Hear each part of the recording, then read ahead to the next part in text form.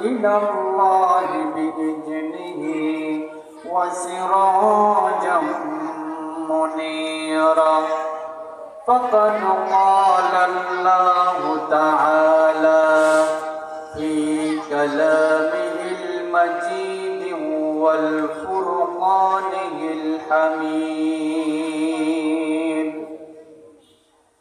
أعوذ بالله من الشيطان الرجيم بسم الله الرحمن الرحيم إن الله وملائكته يصلون على النبي يا أيها الذين آمنوا صلوا عليه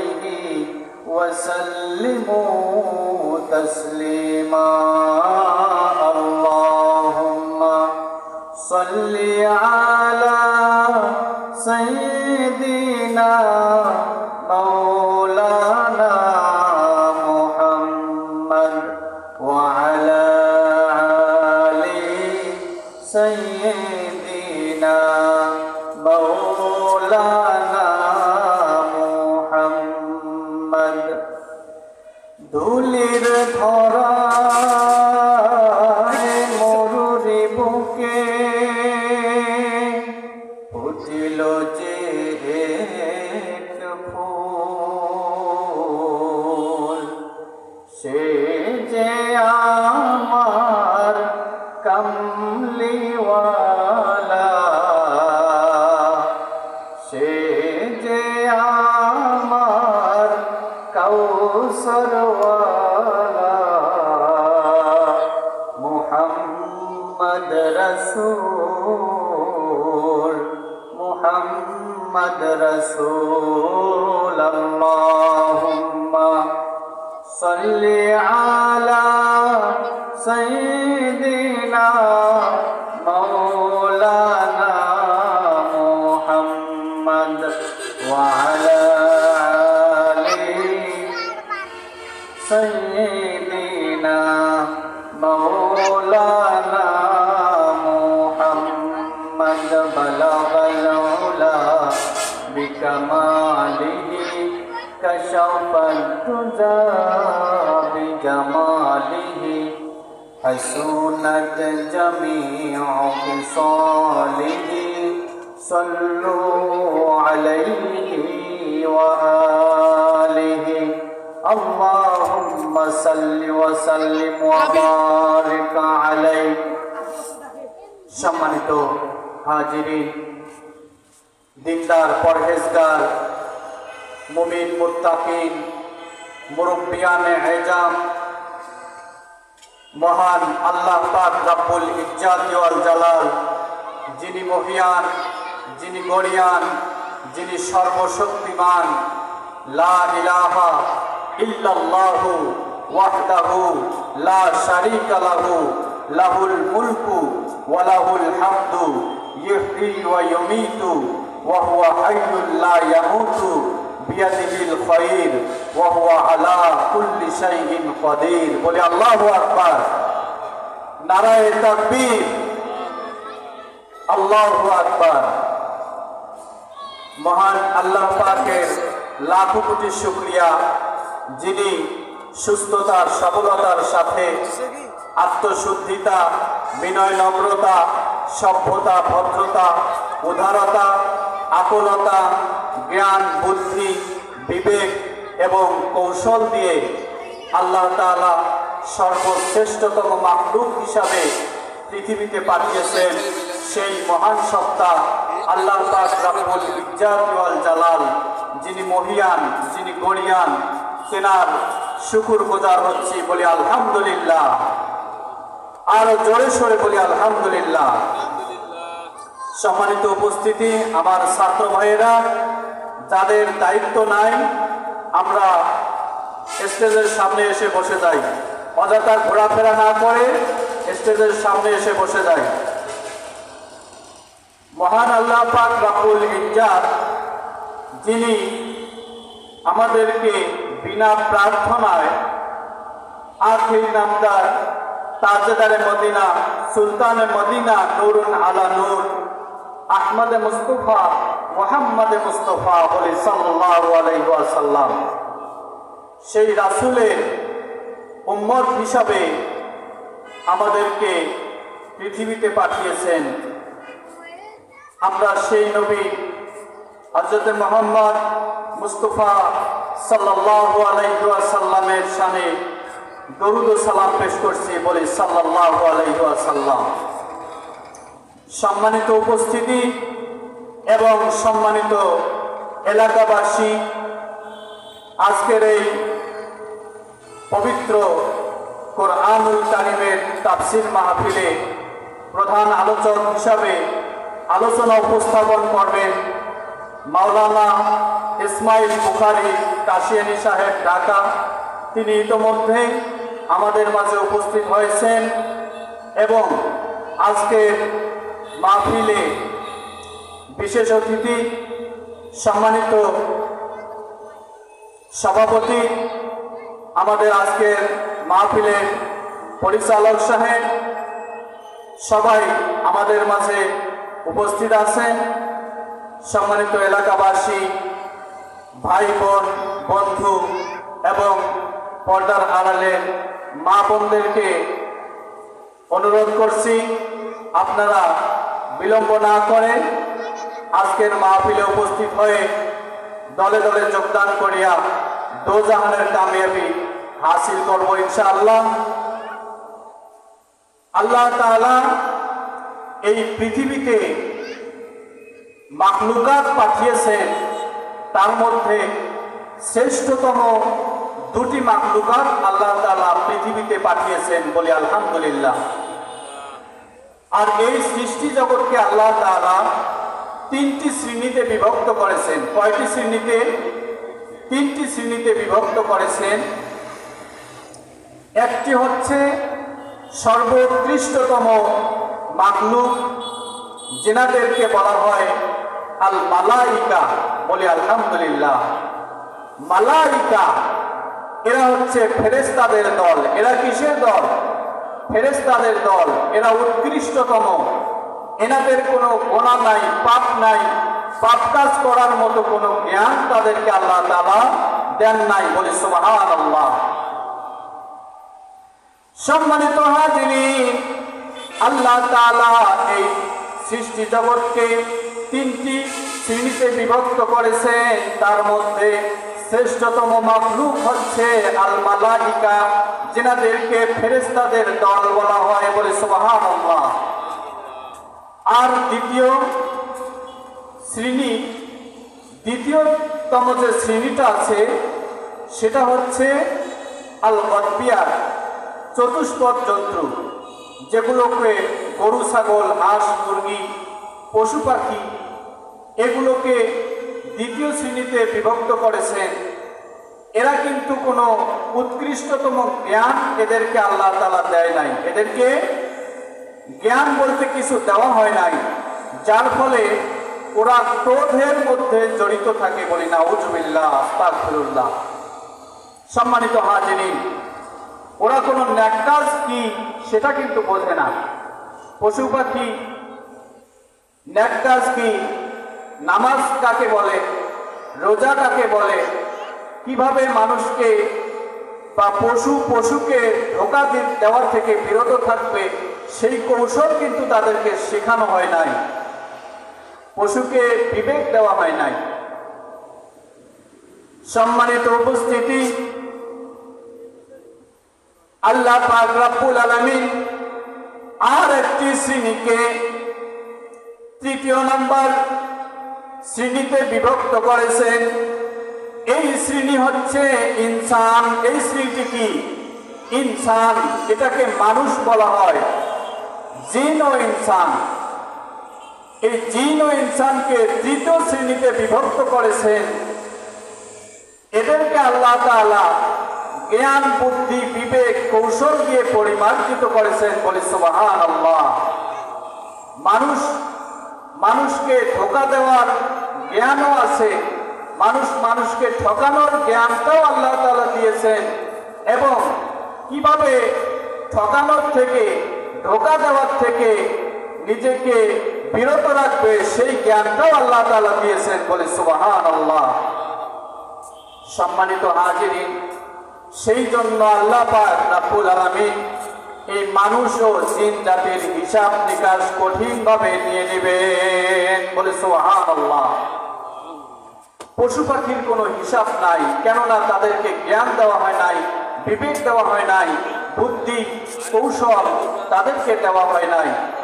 আর মালাইকা যারা ফেরেশতাদের দল, তাদেরকেও কোনো গুনাহ করার মতো জ্ঞান কৌশল এগুলো তাদেরকে দেওয়া হয় নাই বলে সুবহানাল্লাহ। সুতরাং ফেরেশতাদের কোনো হিসাব নাই এবং পশু পাখিদের কোনো হিসাব কিয়ামতের দিন নেওয়া হবে না বলে সুবহানাল্লাহ। কিন্তু একমাত্র সৃষ্টিজীব মানুষ ও জিন জাতিকে আল্লাহ পাক রব্বুল আলামিন কঠিনভাবে হিসাব নেওয়ার ব্যবস্থা করেছেন। আল্লাহ পাক রব্বুল আলামিন পবিত্র কোরআনুল কারীমে ইরশাদ করেছেন, বিসমিল্লাহির রহমানির রহিম, ওয়া মা খালাকতুল জিন্না ওয়াল ইনসা ইল্লা লিয়াবুদুন। বলি আল্লাহু আকবার।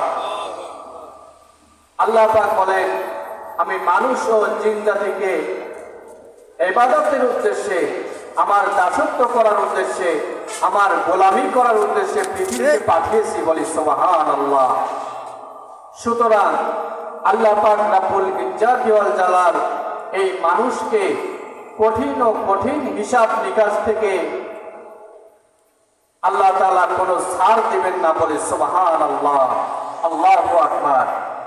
সম্মানিত হাজিরিন, আল্লাহ পাক রব্বুল আলামিন পবিত্র কোরআনুল কারীমে ইরশাদ করেন, ইন্নাল্লাহা কানা আলাইকুম রাকিবা। বলি আল্লাহু আকবার। নিশ্চয় আল্লাহ তাআলা কঠিন ও কঠোর দৃষ্টিতে তাকিয়ে আছেন বলে সুবহানাল্লাহ। আল্লাহ পাক রব্বুল আলামিন পবিত্র কালামুল্লাহ শরীফে ইরশাদ করেন, কাইফা তাকফুরুনা বিল্লাহি ওয়া কুনতুম আমওয়াতান ফাহইয়াকুম সুম্মা ইউমীতুকুম সুম্মা ইউহয়ীকুম সুম্মা ইলাইহি তুরজাউন। বলি আল্লাহু আকবার। ও আমার বান্দারা, তোমরা কিভাবে আল্লাহ তাআলার এই সৃষ্টিকে, এই নিদর্শনগুলোকে অস্বীকার করতে পারো বলে সুবহানাল্লাহ। কাইফা তাকফুরুনা বিল্লাহ, তোমরা কিভাবে আল্লাহ তাআলার নিদর্শনাবলীগুলোকে অস্বীকার করতে পারো বলে সুবহানাল্লাহ। কেননা আল্লাহ পাক এই আয়াতগুলোতে বলেছেন, তোমরা কিছুই ছিলে না, তোমরা কি কিছুই ছিলে না, এক সময় তোমার পিতামাতাও ছিলে না, দাদা দাদিও ছিল না, কিছুই ছিলে না, সেখান থেকে আমি তোমাদেরকে পৃথিবীতে এনেছি। তাহলে যখন কিছুই ছিল না সেটা একটা মৃত, আর যখন দুনিয়া আসছে তখন তার জীবনটা আল্লাহ তাআলা দিয়ে দিল। তাহলে একটা মৃত একটা জীবন এখানে আসলো। আবার তিনি আল্লাহ পাক রব্বুল আলামিন বলেন, আবার তোমাকে তোমার মায়ের কোল থেকে মৃত পর্যন্ত একটা জীবন অতিবাহিত করার পর আমি তোমাকে আবার একটা মৃত দিয়ে দেব বলে সুবহানাল্লাহ। একটা মৃত আবার দিবেন। তাহলে প্রথমে যখন ছিলাম না তখন একটা মৃত, আবার দুনিয়া আসলাম, একটা জীবন চলে আসলো, আবার আল্লাহ তাআলা মৃত দিবেন। তাহলে দ্বিতীয় মৃত হলো। দ্বিতীয় মৃত হওয়ার পর তুমি কবরে চলে গেলে, কবরে চলে যাওয়ার পর ওয়া কুনতুম আমওয়াতান ফাহইয়াকুম সুম্মা ইউমীতুকুম সুম্মা ইউহয়ীকুম ইলাইহি তুরজাউন। বলি আল্লাহু আকবার। সুম্মা ইলাইহি তুরজাউন। আল্লাহ পাক আবার তোমাকে কবরের জীবনে তোমাকে পুনরুজ্জীবিত করবেন, আবার জীবিত করবেন, বলে সুবহানাল্লাহ। তাহলে কবরে যাওয়ার পর কিয়ামতে আবার যখন আল্লাহ তাআলা জীবিত করবেন, তাহলে দুইবার মৃত আবার দুইবার জীবন আল্লাহ তাআলা দিয়ে দিলেন, বলে সুবহানাল্লাহ। এটাকে যারা মূলত অস্বীকার করে তাদেরকেই কাফের বলা হয়েছে, কাফের বলে অভিহিত করা হয়েছে। সকলে বলি নাউযুবিল্লাহ, আস্তাগফিরুল্লাহ। সম্মানিত হাজিরিন, আল্লাহ পাক রব্বুল আলামিন এই পৃথিবীতে সমস্ত জীবিত প্রাণীগুলোকে কাউকে ছাড়বেন না। কাউকে কি ছেড়ে দেবেন? কাউকে ছাড়বেন না। যদি কেউ কঠিন পাহাড়ের ভিতর গিয়ে লুকায় যায়, কঠিন পাথরের পাহাড়ের ভিতরে যদি কেউ লুকায় যায়, তবুও সেখানে আল্লাহ পাক তার মৃত্যুর ব্যবস্থা করবেন, বলে আল্লাহু আকবার।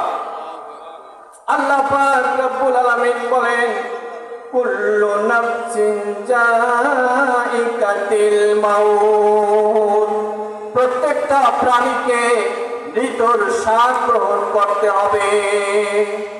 যদি তুমি আসমানে গিয়ে লুকাও, কোনো উপায় নাই। উপায় আছে কি?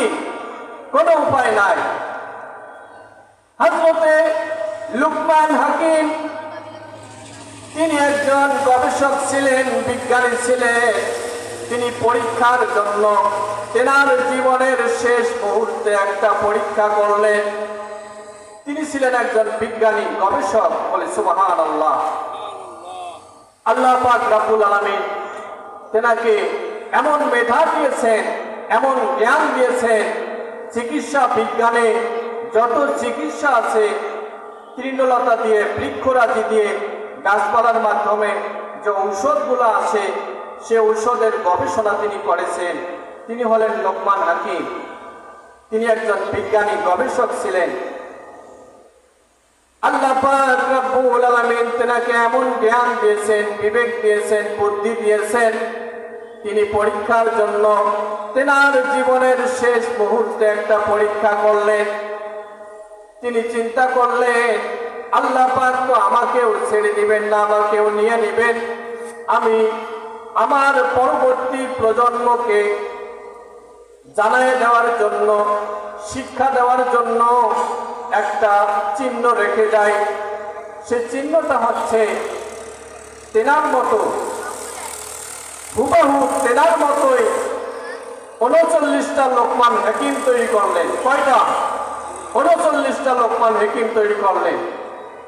সম্মানিত হাজিরিন, এই দিনী মাহফিলগুলোতে এখন কিন্তু উপস্থিতির সংখ্যা অনেক কম পাওয়া যায়। দুর্ভাগ্যের বিষয়, আমরা কেন যে এরকম উদাসীন হয়ে যাচ্ছি, কোরআন হাদিসের প্রতি আমরা অমনোযোগী হয়ে যাচ্ছি, শুধুমাত্র দুনিয়ার প্রতি বেশি আকৃষ্ট, বলি নাউযুবিল্লাহ, আস্তাগফিরুল্লাহ। কিসের? আল্লাহ তাআলা ইবাদতের উদ্দেশ্যে পৃথিবীতে পাঠিয়েছেন। ওয়ামা খালাকতুল জিন্না ওয়াল ইনসা ইল্লা লিয়াবুদুন। তিনি ইবাদতের উদ্দেশ্যে পৃথিবীতে পাঠিয়েছেন।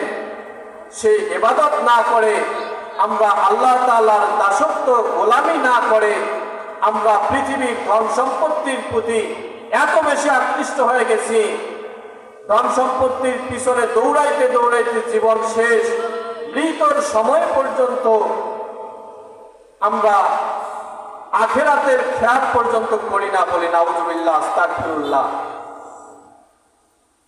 অত্যন্ত চিন্তার বিষয়, গবেষণার বিষয়।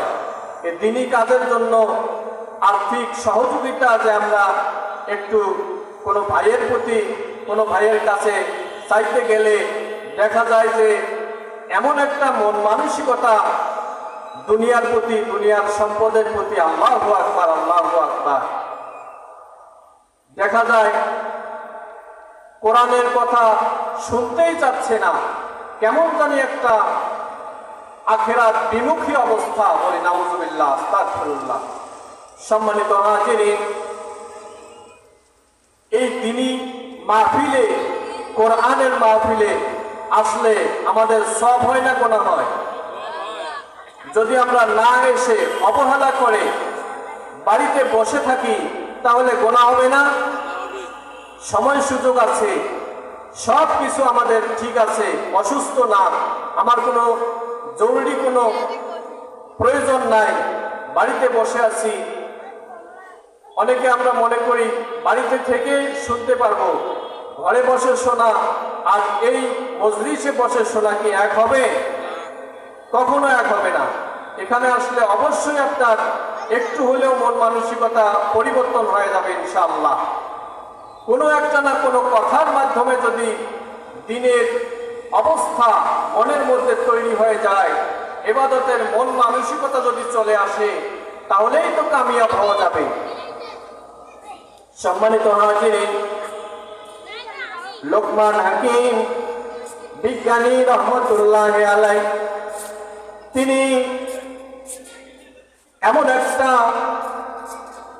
সুন্দর পরীক্ষা করলেন, পরবর্তী প্রজন্মকে শিক্ষা দেওয়ার জন্য 39টা লোকমান হাকিম বিজ্ঞানী তিনি তৈরি করলেন।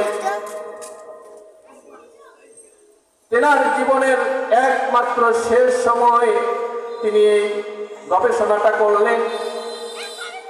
আজরাইল আলাইহিস সালাম আসবে তেনার জীবন কবজ করার জন্য, আর তিনি 40টা তিনি নিজে সহকারে 40টা লোকমান হাকিম তৈরি করে রাখলেন। বলি সুবহানাল্লাহ। আজরাইল আলাইহিস সালাম এসে দাঁড়িয়ে চিন্তা করলেন, আমাকে একজন লোকমান হাকিমের জীবন কবজ করার কথা বলা হয়েছে, এখানে দেখি 40 জন লোকমান হাকিম দাঁড়ায় আছে। বলি আল্লাহু আকবার। তিনি আল্লাহ তাআলার কাছে প্রার্থনা করলেন, আল্লাহ আমাকে তো একজন লোকমান হাকিমের জান কবজের কথা বলা হয়েছে, এখানে তো 39 জন আছে, 40 জন আছে। আল্লাহ তাআলা বললেন, তুমি সবগুলোর বুকের মধ্যে হাত দাও। কিসের মধ্যে? বুকে হাত দাও। যেটার মধ্যে আওয়াজ পাবে, যেটার মধ্যে অনুভূতি পাবে, সেটাই আসল লোকমান, সেটার জান কবজ করো। আর যে 39টা আছে এগুলো সব ভুয়া। এগুলো কি? এটার দ্বারা পরীক্ষা হচ্ছে আমরা যদি আমার নিজের মতো লক্ষ লক্ষ মানুষ তৈরি করে রাখতে পারি, ক্লাসের ভিতরেও যদি আমরা ঢুকে যাই, বাঁচার কোনো উপায় আছে? তা কিসের বড় টাকা পড়ি, এত বড় অহংকার কিসের? এত পৃথিবীর ধন সম্পত্তির প্রতি এত মহব্বত কিসের? সম্মানিত হাজিরিন, আমরা সব কিছু বাদ দিয়ে, সব কিছুর মহব্বত বাদ দিয়ে একমাত্র আত্মশুদ্ধিতা, বিনয়, নম্রতা, সভ্যতা, ভদ্রতা, উদারতা, আকুলতা, জ্ঞান, বুদ্ধি, বিবেক, কৌশল দিয়ে কৌশলগুলোকে কাজে লাগিয়ে আখিরাতমুখী হয়ে একমাত্র ইবাদতে নিমজ্জিত হয়ে যাব। আল্লাহ তাআলা আমাদের সবাইকে আখিরাতমুখী হয়ে ইবাদত করার, আল্লাহ তাআলার গোলামি, আল্লাহ তাআলার দাসত্ব করার তৌফিক দান করুন। বলে আল্লাহুম্মা আমিন। সম্মানিত হাজিরিন, আদ-দুনিয়াউ ফি মাদাতুল আখিরাহ, দুনিয়া হচ্ছে আখিরাতের কৃষিকে। এটা মহিলা প্যান্ডেল দিয়েছে, এটা তুমি লাগাইছো না? তিন বাজে গেছে, আমি লাগাইনি। আজান হচ্ছে তো। আমি আমার সংক্ষিপ্ত কথা এখানে শেষ করছি। ওমা আলাইনা ইল্লাল বালাগ। আসসালামু আলাইকুম ওয়া রাহমাতুল্লাহ। এখন পবিত্র এশার নামাজ, এশার আজান প্রচারিত হবে। পবিত্র এশার নামাজ আমরা 8টা 15 মিনিটে